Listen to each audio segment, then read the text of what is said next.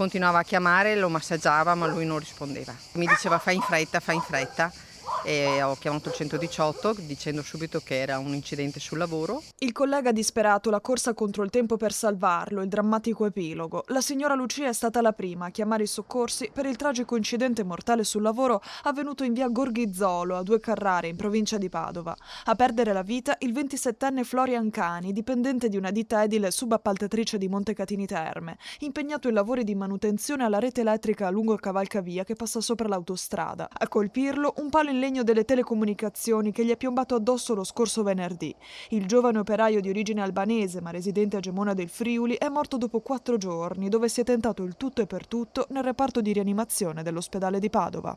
Ero seduta qui fuori perché faceva fresco e ho visto che cominciavano a fare i lavori dopo un bel po' che il temporale di 20 giorni fa aveva fatto sto danno.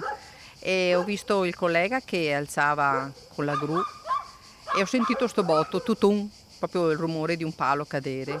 Ma non si era accorto neanche il collega al momento, perché ho visto che era tranquillo, era lì che guardava sul camion e poi quando ha fatto il giro del camion l'ho visto andare giù e l'ho visto ritornare sul cavalcavia e agitatamente ha cominciato a chiamare e allora ho fatto un salto per capire che cosa era successo. È l'ennesima vita spezzata troppo presto, l'ennesimo incidente sul lavoro in quello che sembra essere ormai un vero e proprio bollettino di guerra. Sul luogo della tragedia i colleghi di Florian hanno lasciato un mazzo di fiori bianchi. Sull'incidente sono in corso gli accertamenti dei carabinieri e dei tecnici dello Spisal, chiamati a ricostruire la dinamica dell'infortunio e a verificare il rispetto delle norme di sicurezza del cantiere. Nel frattempo, lungo via Gorghizzolo, manca la corrente da giorni e nessuno sembra dare risposte.